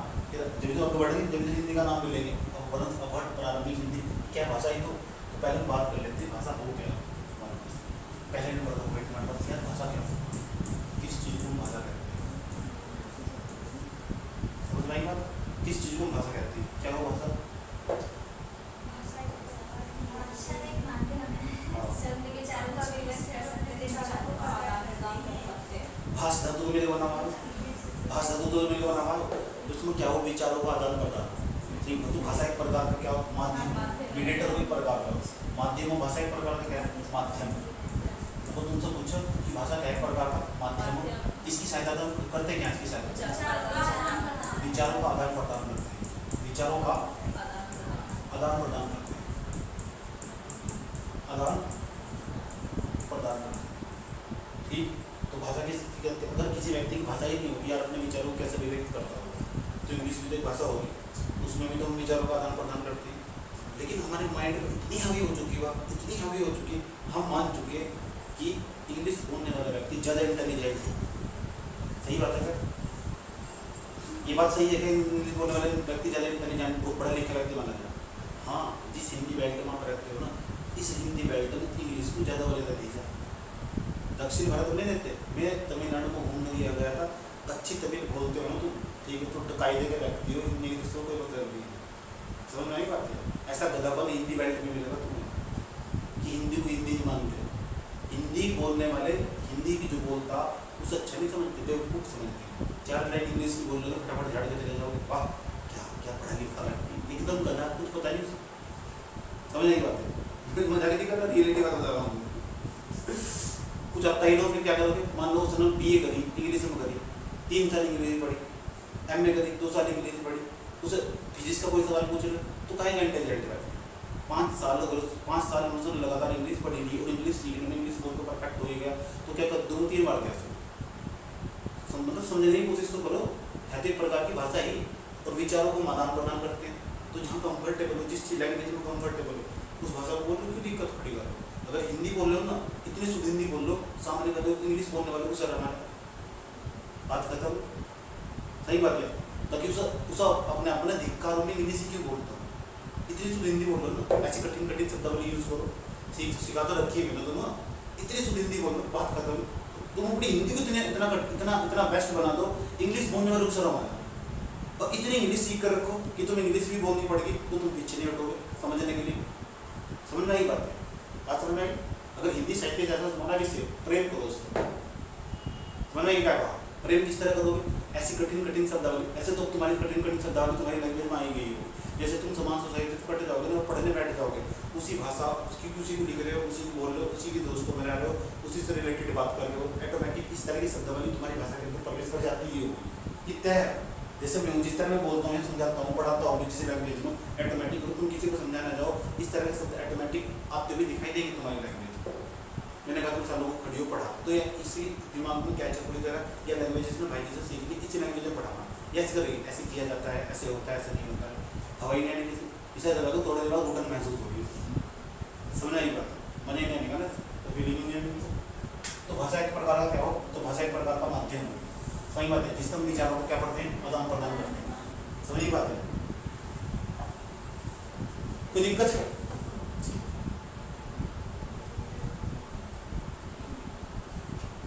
अब भाषा के रूप कितने हमारे पास, सुन लो। अब हम भाषा के रूप की बात करेंगे, भाषा के रूप कितने, ठीक। और भाषा की बात, भाषा के 3 रूप हमारे पास। ये हमारे पास भाषा के रूप रेडी बना लो, भाषा के रूप। इसमें क्या लिखना, भाषा लिखा, मैं फालतू नहीं कॉपी भरना, पहले बता रहा हूँ, ठीक, समझाऊंगा क्योंकि इसका रिलेवेंस नहीं है ना इसकी। तो भाषा लिखा, भाषा एक प्रकार का क्या माध्यम, विचारों का आदान प्रदान करना का काम, इतना लिखना। समझ नहीं पाते, इतना ही लिखना उस काम होगा तुम्हारे पास। तो भाषा के रूप में लिखना हमारे पास पहले नंबर पर भाषा का एक तो होगा मौखिक रूप, किसी भाषा को आप मुंह से डायरेक्ट बोल सकते हो, मौखिक रूप होगा, मौखिक रूप। दूसरे नंबर पर हमारे पास लिखित रूप,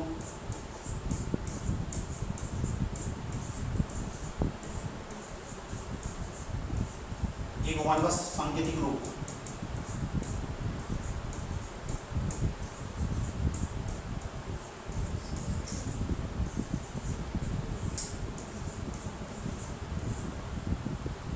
मौखिक रूप, लिखित रूप और सांकेतिक रूप। आप अपने विचारों को ना मुख से बोल बता सकते हो, पहला तरीका भाषा ही तो एक प्रकार है। दूसरे नंबर पर हमारे पास आप लिख कर बता सकते हो, सही बात है। गाना सुनाई दो ना, तो उत्तर जा जा चिट्ठी चिट्ठी वाला चिट्ठी ले, वो कौन सा रूप, लिखित रूप, सही बात है। तीसरे नंबर पर सांकेतिक रूप। अच्छा एक बात बताओ, सांकेतिक रूप और जो लिखित रूप होंगे, जो लिखित रूप होगा, लिखित रूप का जब भी इस्तेमाल होगा अपने विचारों को प्रदान करने के लिए, आप इसका इस्तेमाल काफ़ी दूर तक कर सकते हो। आप मौखिक रूप और सांकेतिक रूप की एक सीमा होगी, इस सीमा के बाद बंद हो जाएंगे। आप किसी को पुकार भी हो, इसकी सारा काम है, यहाँ बैठे बैठे मेरी काम जरा कर दो, लेकिन ये पॉसिबल हो पाया जब से वीडियो कॉल आई। नहीं समझ में आएगा, बहुत गहरी बात करूँगा, सुना देना बात। सांकेतिक रूप को भी आप दूर तक पहुँचा सकते हो, ये पॉसिबल है टेक्नोलॉजी की वजह से। इसलिए टेक्नोलॉजी का प्रभाव बढ़ा है इतनी साहित्य पे। नहीं समझे तुम क्या कहा, करनी पड़ेगी बात है। मौखिक रूप से तुम देखो, मौखिक रूप किसी में होगी, मुख से बोल दो कहाँ तक बता, ज़्यादा 1 किलोमीटर तक, ज़्यादा खतरनाक व्यक्ति मेरे जैसा जिसकी बहुत लंबी चौड़ी आवाज़ है, 1 किलोमीटर तक जाने मुश्किल से जाने के लिए 1 किलोमीटर तक 500-700 मीटर तक चली जाएगी, 500 मीटर तक चली जाएगी बात, 500 मीटर के बाद गायब हो जाएगी, मान लेते हैं। तो मौखिक रूप की सीमा होगी नहीं होगी, पता नहीं, वही बात है। लेकिन तुम जानकर रहेंगे कि मौखिक रूप भी जैसे सीमा लाग चुका, कैसे ये तो यूट्यूब आया नहीं, तो क्या टेक्नोलॉजी ने इन्हें तो वो बदल नहीं, बदल गया, तेजी के साथ बदल गए। विज्ञान एवं प्रौद्योगिकी का जो प्रभाव पड़ रहा है हिंदी साहित्य में, ये बात अगली यूनिट में भी पढ़ोगे। नहीं समझ में मैंने क्या कहा, सही बात है। तो मौखिक रूप हो गया, लिखित रूप हो गया और सांकेतिक रूप हो गया। तो एक तो भाषा का मौखिक रूप हो, जब आप अपने अंदर पलने वाले विचारों को मौखिक रूप में व्यक्त करते हो, जो सबसे कठिन काम होता है।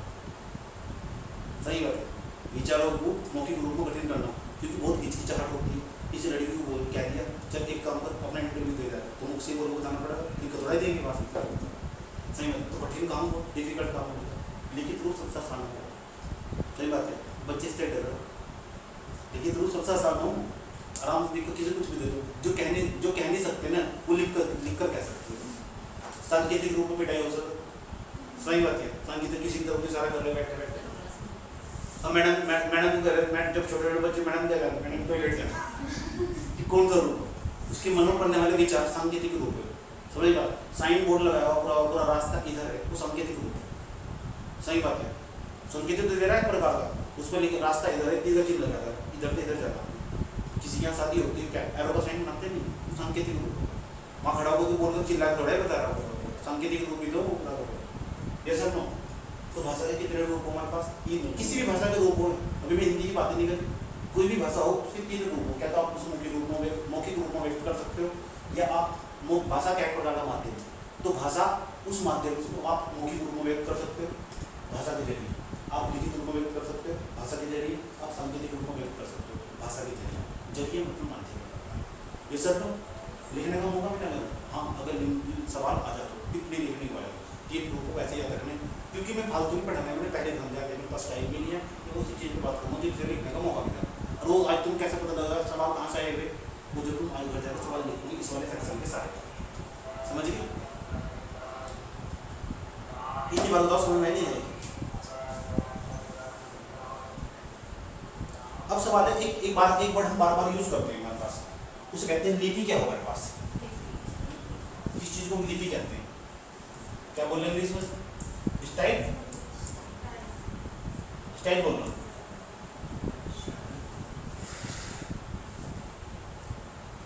इसे बोलते हैं लिपि। क्या होगा हमारे पास? भाषा का क्या होगा? बताओ लिपि, भाषा का सांकेतिक, सांकेतिक सांकेतिक लिखित रूप। मतलब समझे ना मैंने कहा क्या है?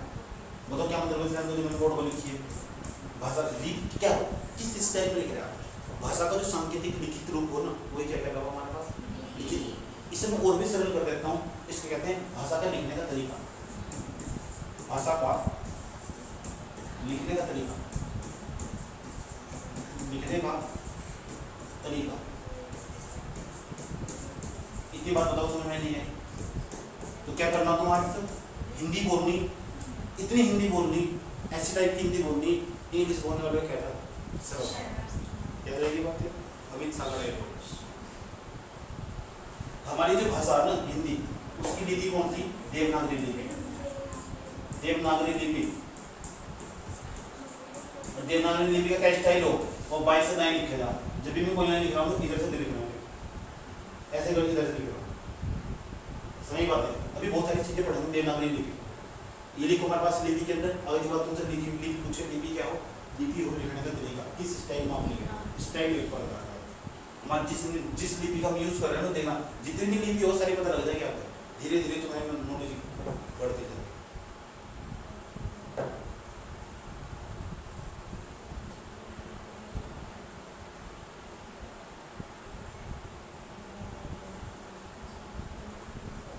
छोटे छोटे फैक्ट बताता हूँ, इंपॉर्टेंट बात। एक सवाल पूछता हूँ तुमसे, हिंदी भाषा की जननी किसे कहते हैं?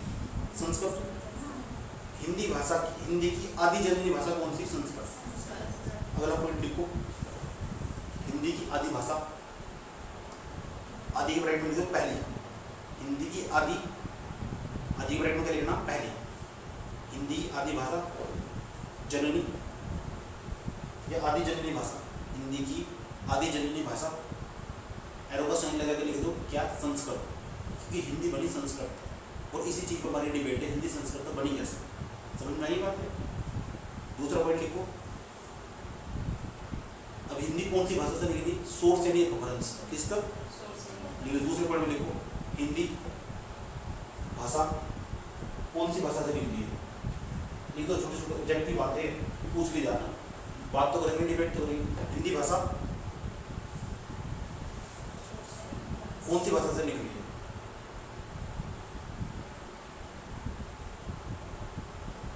सोर्स यानी अपभ्रंश, ऐसे लिखे जाता सोर्स यानी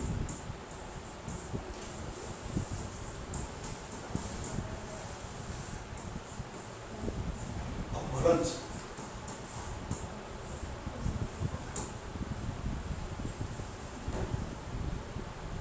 ठीक, अब सवाल है हमारे पास जो हिंदी भाषा, हिंदी शब्द है पता तुम्हें, जो हिंदी शब्द है, जो हिंदी शब्द है ना हमारे पास, ये फारसी भाषा से लिया गया। हिंदी शब्द किस भाषा का है? फारसी। तीन का चिन्ह लगेगा फारसी। ये छोटी छोटी चीजें वहां उसको पूछ गया इंटरव्यू में। हिंदी शब्द फारसी भाषा का, फारसी ईरानी।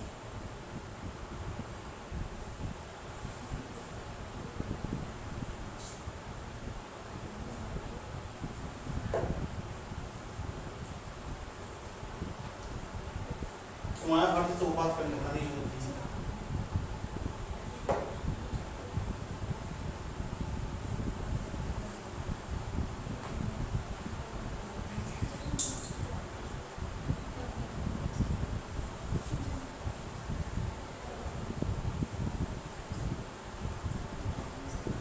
अब जब बात आई यही हमें पता लग चुका है कि हिंदी संस्कृत से निकलने वाली उस बात संस्कृत से ही कर देती है।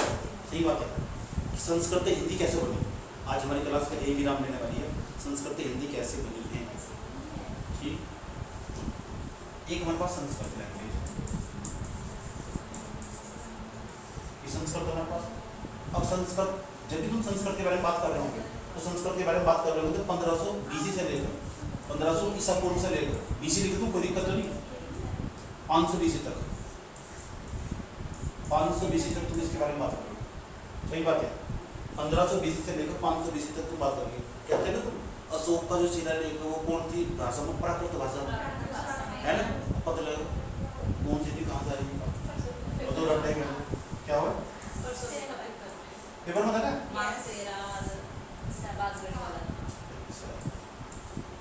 अब पहले नंबर का था हमारे पास, इस सभी दो रूपों में बांट के पढ़ेंगे।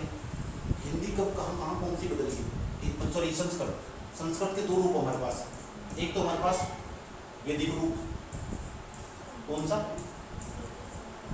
वैदिक रूप। एक हमारे पास लौकिक रूप, लौकिक का मतलब प्रसिद्ध रूप, लौकिक रूप, याद रहेगी बात है।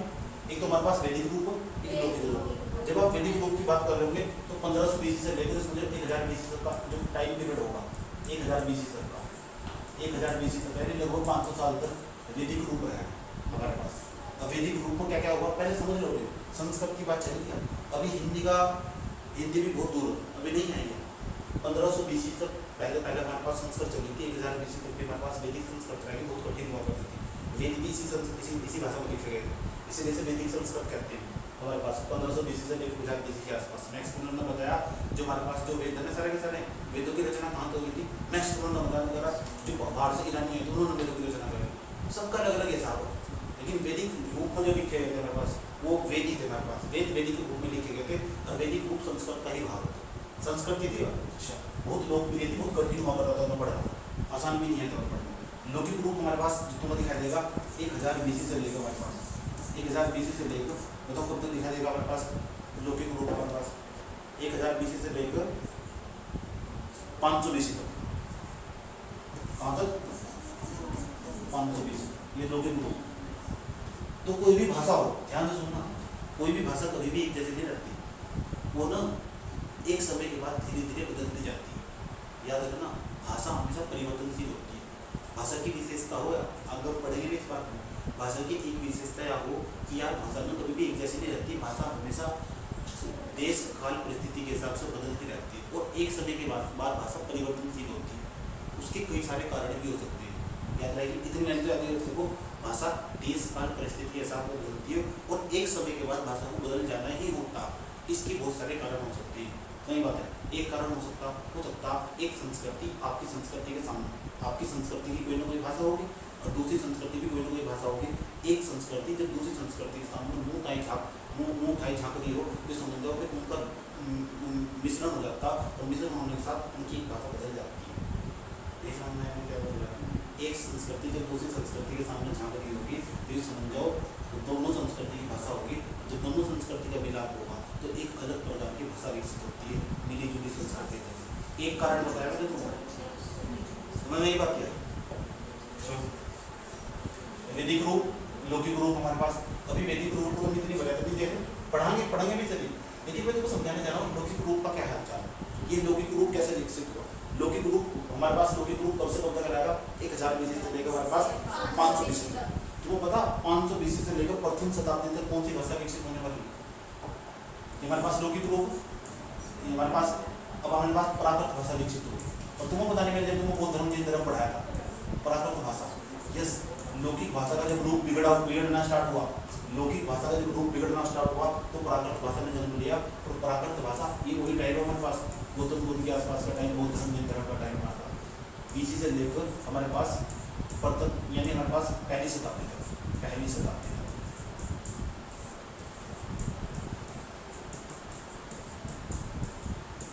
पहली शताब्दी याद रही बात, पहली शताब्दी फर्स्ट सेंचुरी में हमारे प्राकृत भाषा जनरेट होगी। तो प्राकृत भाषा जनरेट होगी तो बौद्ध धर्म के ग्रंथ, जैन धर्म के ग्रंथ भी तो ज़्यादा प्राकृत भाषा में दिखाई देंगे। इसी के बाद एक अलग भाषा विकसित होगी। क्यों? मैंने इसके बहुत सारे कारण सुना। भारत व्याकरण होंगे, जब भारत का आक्रमण होंगे तो भारत के लोग यहाँ आकर पढ़ाएंगे, उनकी अलग संस्कृति होगी। ईरानियों के, फारसियों के आक्रमण होंगे, उनकी भाषा पर हमें भी प्रभाव पड़ता होगा। देखा नहीं तुमने, पहले सिंधु नदी के पार जो लोग थे उन्हें सिंध कहा करते थे। सिंध का नाम होगा सिंधु, सिंधु का नाम होगा सिंध, सिंध का नाम होगा हिंद, हिंद का नाम होगा हिंदू, हिंदू का नाम होगा हिंदी। ऐसे बोलो। अभी कहते जो हिंदी वाले लोग हैं चिल्लाते रहते हैं उर्दू को खत्म कर दो, ये कर दो, वो कर दो। कोई हिंदू शब्द नाम रहा है करने भी, वो तो वही आ रहा है ना। इतनी बात तो समझ में नहीं है। पाली की पाली भाषा, पाली भाषा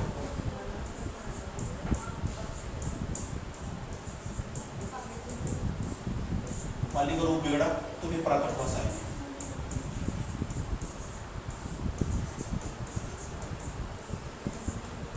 ये हमारे पास पहली शताब्दी से लेकर फर्स्ट ईस्वी से लेकर, फर्स्ट ईस्वी है, ऐसा पूर्व नहीं है, फर्स्ट ईस्वी हमारे पास, इससे लेकर समझ लो 500 ईस्वी तक हमारे पास ये भाषा है।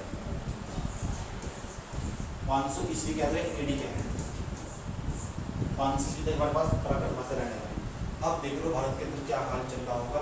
तो इसलिए तो बौद्ध धर्म, जैन धर्म के तुमको धर्म तक क्या तो पाली भाषा, प्राकृत भाषा में दिखाई देगी।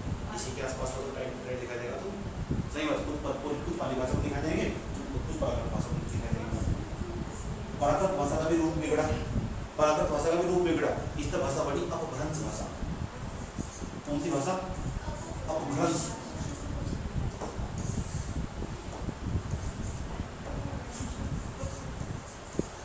अभी डिटेल से बात करेंगे, इससे याद रखना बात है अपभ्रंश भाषा।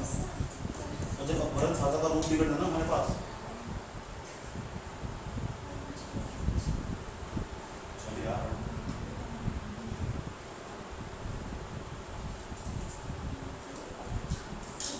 500 AD से लेकर 500 ईस्वी से लेकर 1000 ईस्वी तक हमारे पास कौन सी भाषा रही? अपभ्रंश भाषा। अपभ्रंश भाषा के बहुत सारे रूप थे, उसमें से एक सोर्स अपभ्रंश था, उसमें से निकल गई हमारे पास हिंदी भाषा।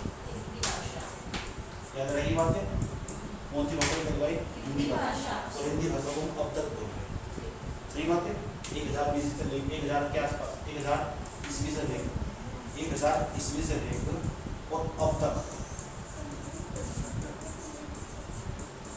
क्या तुम्हें लग रहा है हिंदी खत्म हो जाएगी? लग रहा हो जाएगी? नहीं लग रहा। जितनी भी किताबें सरकारी स्कूल सारी इंग्लिश मीडियम में आएंगी, ठीक है? याद रखना, ध्यान रखना। भारत की जितने हिंदी बेल्ट के लोग हो, हिंदी बेल्ट के जितने भी लोग हो, उनकी पहली पसंद हो इंग्लिश बोलने वाला व्यक्ति। सोच नहीं फराटेदार अंग्रेजी बोलता हो, तुम कैसे नहीं कह सकते? समाप्ति की ओर हिंदी लगी हुई है, वो तो भला हो जो जो सिलेबस पढ़ रहे हैं हिंदी साहित्य का, तुम्हारा आगे जाकर बहुत ज़्यादा योगदान होने वाला है हिंदी को बचाने में, अगर तुम शुद्ध हिंदी बोलते हो। गिने चुने लोग बहुत गाना नाम हिंदी बचाओ आंदोलन। अब सवाल है हमारे पास, ये क्या हो? वैदिक रूप, लौकिक रूप क्या हो? पाली भाषा, प्राकृत भाषा, थोड़ा सा हिंदी भाषा इनकी विशेषताएं और उससे भी इम्पोर्टेंट चीज सवाल कैसा पूछा, सवाल कैसा पूछा। एक तो तरीका हो सकता आधी मेहनत तुम कर पाओ, सही बात है, फिर आगे मैं मेहनत करूँगा तो मुझे आनंद आएगा पूरा होगा। पता लग रहा तुम कुछ पढ़ते हो नहीं, जो मैं पढ़ा रहा है उसे बेवकूफ़ की तरह समझते चले जा रहे, सही बात, कुछ फायदा थोड़ा है, तुम लग रहा है यही दुनिया देख, तो पहले खुद भी तो पढ़ पाओगे, सही बात। इसलिए क्वेश्चन दिए लिखने को पिछले साल कोई प्रॉब्लम है ना।